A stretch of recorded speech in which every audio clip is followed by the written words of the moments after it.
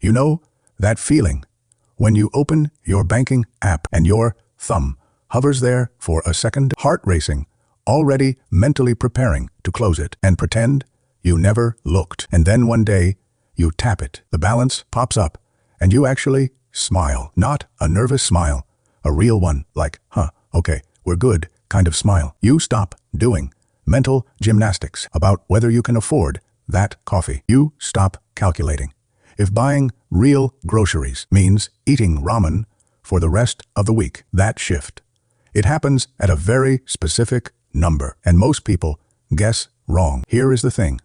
All those financial gurus keep telling you that you need $1 million to feel wealthy, or that 6 figures is the magic threshold. They're missing the point entirely. There is a much smaller milestone that completely transforms your relationship with money. And once you hit it, everything changes. That number is $20,000. My name is Paul, and I spend way too much time thinking about money, financial psychology, and why some people seem to effortlessly build wealth while others stay stuck in the same patterns for decades. If you want to understand the real mechanics behind wealth building, instead of just hoping things magically improve, make sure to subscribe and stick around. All right, let's get into it. When you picture building wealth, what comes to mind? Some trust fund kid who never had to worry, or someone grinding away for years, slowly stacking dollars, one at a time, until their hair turns gray. The truth is, wealth building doesn't work the way most people think. Here is what actually happens. There are certain financial thresholds that act like invisible barriers. Once you cross them, the rules of the game completely change. And $20,000 is the first major threshold that separates people who will build real wealth from those who spend their entire lives living paycheck to paycheck. The crazy part, most people have no idea this line even exists.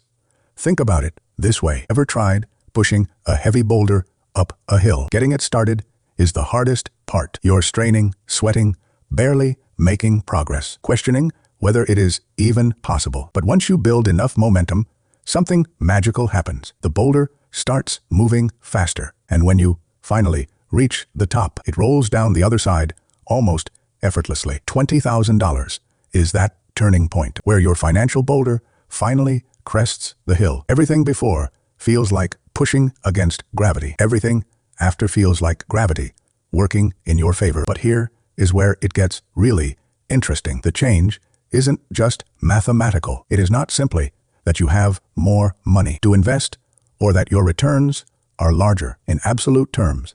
The real magic happens in your brain. When you don't have money saved, your brain operates in what psychologists call survival mode. Every financial decision gets filtered through fear and scarcity. You take the first job offer that comes along, even if it is terrible, because you can't afford to be picky. You stay in situations you hate because leaving feels too risky. You say yes to things you don't want to do because you need the money. This isn't about being irresponsible. When you're in survival mode, your brain literally cannot think about growth and opportunity. It is like trying to plan a vacation while your house is on fire. All your mental bandwidth gets consumed by immediate threats and short-term survival. But something remarkable happens when you cross that $20,000 threshold. Suddenly, your brain has space to think differently. Instead of asking,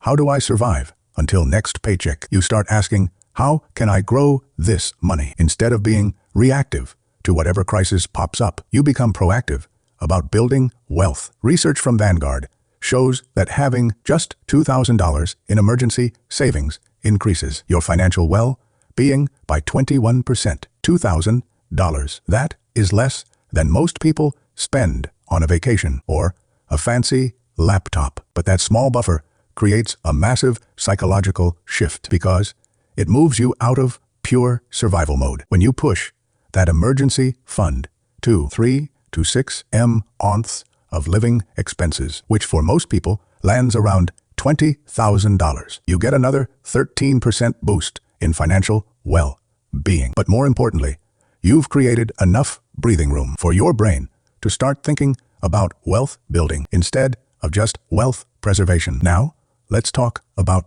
the math, because this is where it gets exciting. Say, you are saving $1,000 every month and earning 8% returns on your investments. Getting to your first $20,000 takes about 19 months, a year and a half. Discipline, sacrifice, delayed gratification, all of it. And honestly, most people give up somewhere along the way. But here is the part that will blow your mind. Your second $20,000 doesn't take another 19 months. It only takes about 17 months. Why?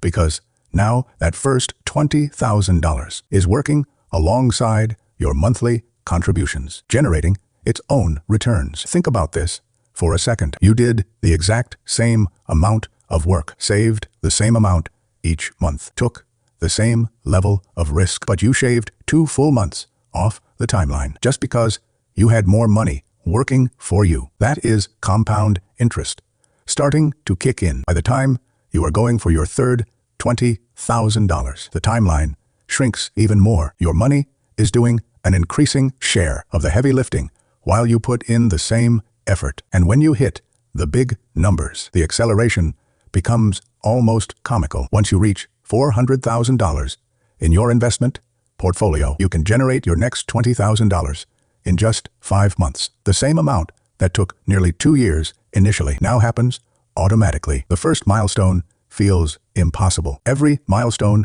after that gets progressively easier. Someone in the comments said, I am 30 and just hit $20K. I feel behind, but I'm still grinding. I'm no Nepo baby. The world is my oyster. I'll get that milli.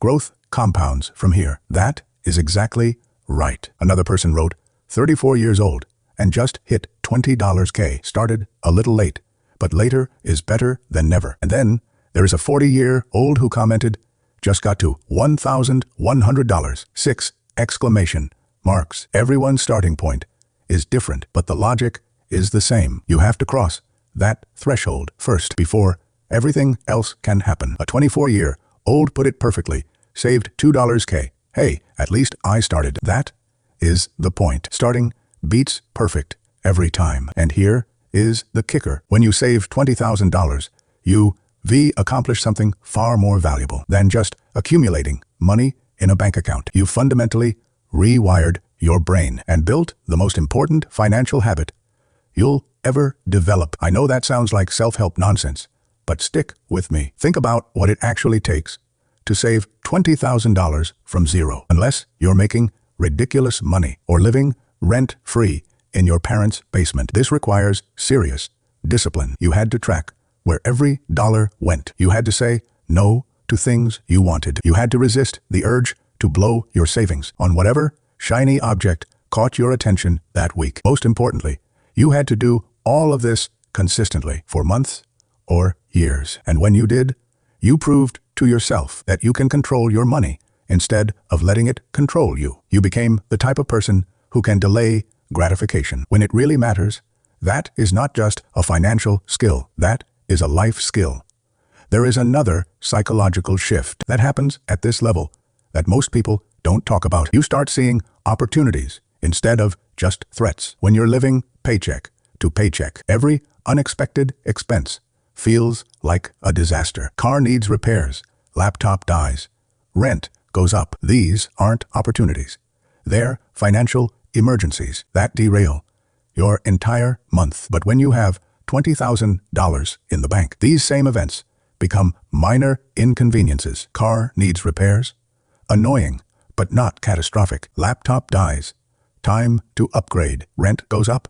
Maybe it is time to look for a better place or negotiate your salary. Even better, you start noticing opportunities that were always there, but you couldn't touch before. Your friend mentions they're starting a business and looking for investors. Before, you would have thought, sounds interesting, and moved on. Now, you can actually consider putting $5,000 into it. A killer deal pops up on a rental property that needs work. Before, you would have scrolled past it on Zillow, feeling envious. Now, you can run the numbers. Your boss mentions a conference that could be great for your career, but the company won't pay for it. Before, you'd make excuses. Now, you can weigh the ROI. This is what wealthy people mean when they say money goes to money. It is not some cosmic conspiracy. It is that having money gives you options, and options create more opportunities to make money. Let's talk about what happens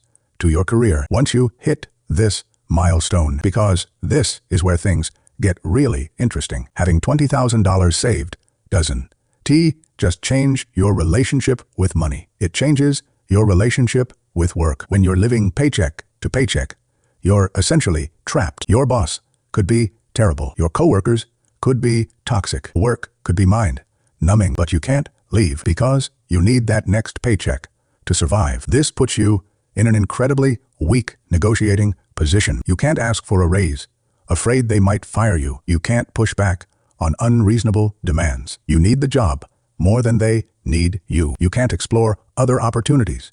Interviews feel too risky. You're stuck, and everyone knows it. But $20,000 changes the entire dynamic. Suddenly, you have what I call walk away money. You could quit tomorrow and survive for months while finding something better. This doesn't mean you should be reckless, but it means you're negotiating from strength instead of desperation. This psychological shift affects everything. You start asking for the raise you deserve. Worst case, they say no, and you're fine. Either way, you push back on unreasonable requests. You explore new opportunities because you can afford to take risks. Here is what is crazy. Often, you don't even need to use your walk away money. Just having it changes your entire demeanor. You become more confident, more assertive, more willing to take on challenges. And when you show up differently, people notice. Better assignments, more recognition, and yes, more money. It is a positive feedback loop